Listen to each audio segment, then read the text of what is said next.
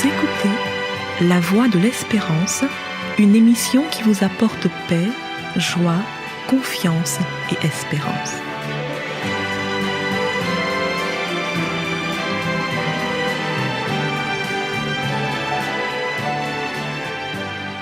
Bonjour la Guyane et bonjour à tous depuis la Guyane. La question est courte, mais elle a une longue histoire. La question est courte, mais elle a provoqué de longs débats. Qui es-tu? Cette question traverse les siècles. Les hommes se la posent depuis fort longtemps. Qui es-tu? Chacun cherche à savoir qui il est. Et en fonction de la position que nous adopterons, la réponse que nous porterons à cette question « Qui es-tu ?», notre comportement, notre manière de penser sera changé, transformé. Pour ce qui concerne aujourd'hui l'homme, très souvent, on pourrait se demander avec bien des auteurs si l'homme ne se prend pas pour Dieu. Quand on lui pose la question « Qui es-tu ?», l'homme peut ne pas répondre directement « Je me prends pour Dieu », mais de par son attitude, son comportement et ses productions, on pourrait se demander s'il ne se prend pas pour Dieu. Alors que, très clairement, les hommes devraient répondre avec sagesse, mais de manière déterminée, « Je ne suis pas Dieu ». Ça devrait être le premier élément qui construit notre personnalité, notre réponse à la fameuse question « Qui es-tu ?» Nous trouvons l'exemple d'un homme, disciple de Jésus, même précurseur puisque c'est lui qui a annoncé la venue de Jésus, à qui on a posé la question « Qui es-tu ?» et nous pouvons entendre sa réponse. Cet homme, c'est Jean le Baptiste. Et la question lui est posée dans l'évangile de Jean au chapitre 1er, au verset 19. La Bible rapporte cet épisode en disant que les Juifs envoyèrent de Jérusalem des sacrificateurs et des Lévites pour lui demander « Toi, qui es-tu » Et il déclara, donc Jean déclara, et ne le nia point, il déclara qu'il n'était pas le Christ. Au lieu de construire sa réponse sur ce qu'il est, Jean commence par construire sa réponse sur ce qu'il n'est pas. Et c'est de là qu'il va trouver son équilibre dans la vie en sachant qu'il n'est pas le Christ. Cependant, il reconnaît l'existence du Christ, du Fils de Dieu incarné, d'Emmanuel, Dieu parmi les hommes, mais il dit d'emblée qu'il n'est pas Dieu. Dieu a pour caractéristique première et principale dans la Bible d'être présenté comme le Créateur, celui par qui les choses sont venues à l'existence. Et après avoir créé l'homme dans un environnement, il lui a donné des directives très claires concernant l'organisation de sa vie familiale, concernant son alimentation et concernant l'adoration, la relation que l'homme devrait entretenir avec son Dieu. On constate très clairement et aisément que les hommes se prennent pour Dieu parfois, puisque tout a été chamboulé concernant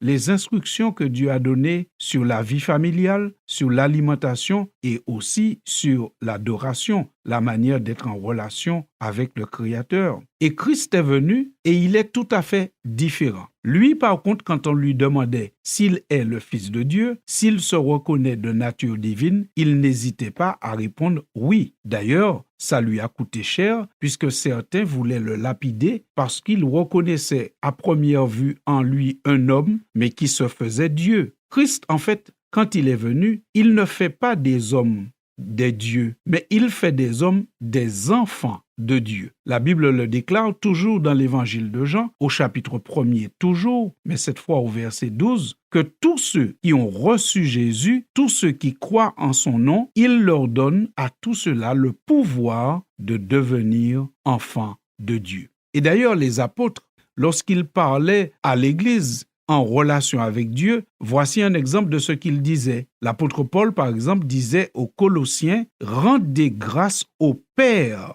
qui vous a rendu capable d'avoir part à l'héritage des saints dans la lumière. » Chapitre 1er de sa lettre aux Colossiens, versets 12 et verset 15. Quant à Jésus, lorsqu'il nous enseigne à prier, il dit « Ne leur ressemblez pas ». Autrement dit, ne ressemblez pas à ceux qui ne croient pas dans le vrai Dieu, car votre Père sait de quoi vous avez besoin avant que vous le lui demandiez. Quand vous priez, vous devriez dire « Notre Père qui est aux cieux ». C'est ainsi que Jésus nous a enseigné à prier dans l'évangile de Matthieu au chapitre 6. Et encore, dans l'épître aux Romains au chapitre 8, l'apôtre Paul dit encore « L'Esprit lui-même rend témoignage à notre esprit que nous sommes enfants de Dieu. » Être enfant de Dieu, c'est un privilège. C'est un privilège certainement plus grand que de chercher à être comme Dieu, au même niveau que Dieu. En tant qu'enfant, on accepte d'avoir un père, on accepte des directives, mais on bénéficie aussi de la protection du Père et de ce qu'il promet à ses enfants. Dans Romains au chapitre 8, au verset 17 et 18, l'apôtre dit « Or, si nous sommes enfants, nous sommes aussi héritiers, héritiers de Dieu et co-héritiers de Christ. Si toutefois nous souffrons avec lui, afin d'être glorifiés avec lui. J'estime, poursuit-il, que les souffrances du temps présent ne sauraient être comparées à la gloire à venir qui sera révélée pour nous. » Cet extrait de la Bible nous donne toutes les raisons d'être satisfait d'être enfant de Dieu.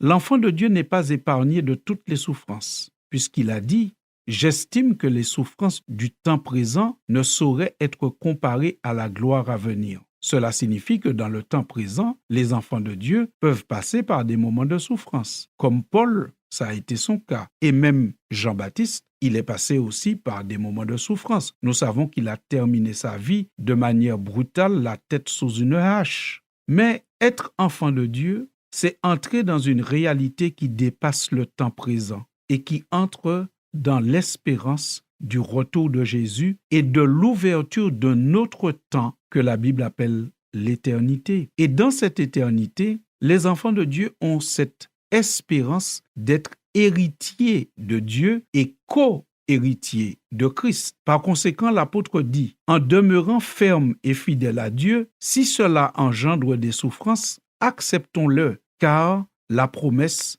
est tellement grande. Ce qui vient après est incommensurable vis-à-vis des souffrances du temps présent. » Aussi, chers auditeurs, la question est courte, mais son histoire est longue. La question est courte, mais elle a provoqué de longs débats au travers de l'histoire des hommes. Qui es-tu?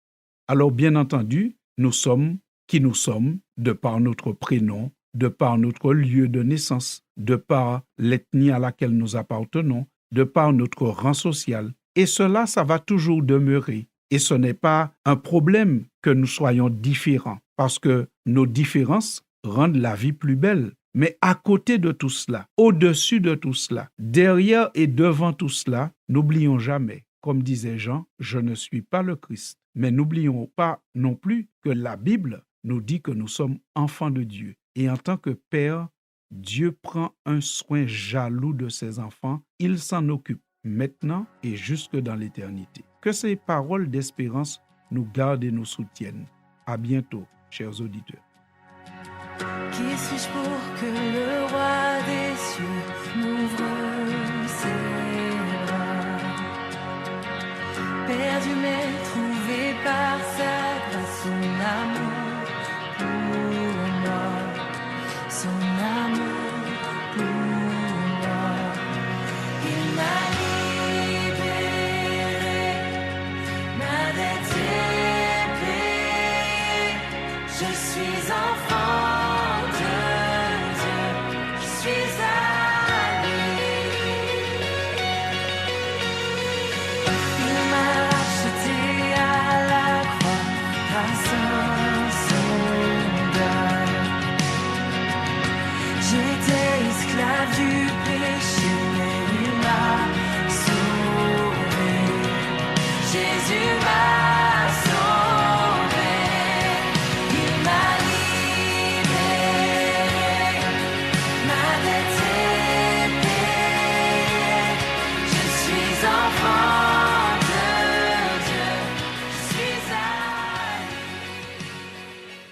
C'était La Voix de l'Espérance, une émission préparée par l'Église adventiste du 7e jour.